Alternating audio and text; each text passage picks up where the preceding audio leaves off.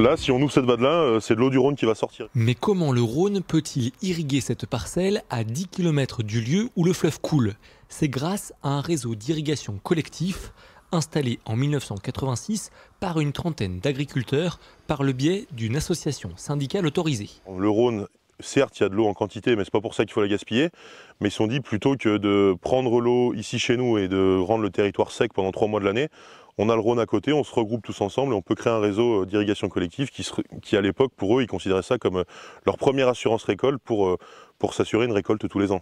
Même moi, quand je me suis installé il y a 10 ans, s'il n'y avait pas eu l'irrigation sur mon territoire, je ne sais pas si je me serais installé parce que j'étais pas sûr de faire une récolte tous les ans. Près de 40 ans plus tard, 28 exploitations peuvent profiter de ce réseau qui permet d'irriguer 900 hectares grâce à 60 km de tuyaux enterrés. Ça, c'est le compteur qu'on a par exploitation et par section sur laquelle on arrose.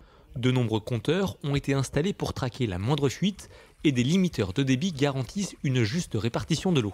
C'est une question d'équité, c'est une question d'économie en eau, donc voilà, c'est vraiment pour ça qu'on a ces bornes-là avec des limiteurs qui ne peuvent pas sortir plus d'eau que ce qui est prévu à la base. Au bout du réseau, on retrouve ces bornes à l'entrée des parcelles qui sont ensuite connectées aux enrouleurs pour pouvoir irriguer les terrains. Ici, l'eau du Rhône permet d'éviter d'assécher ce cours d'eau ou même cet étang à proximité. Mais l'installation n'empêche pas de faire des efforts supplémentaires. Les agriculteurs s'équipent de technologies de plus en plus modernes pour gérer au mieux la ressource en eau. Sur cet enrouleur, sur les 400 mètres qu'il fait, je peux le faire avancer à 4 vitesses différentes. Comme là, typiquement ici, le début c'est du tournesol, la fin c'est du soja. Le soja étant plus gourmand en eau que le tournesol.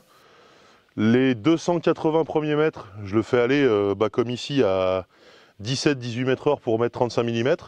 Et après, quand il est dans les tournesols qui a besoin moins d'eau, je le fais avancer plus vite. De nouveaux exploitants réfléchissent à intégrer ce réseau d'irrigation collectif.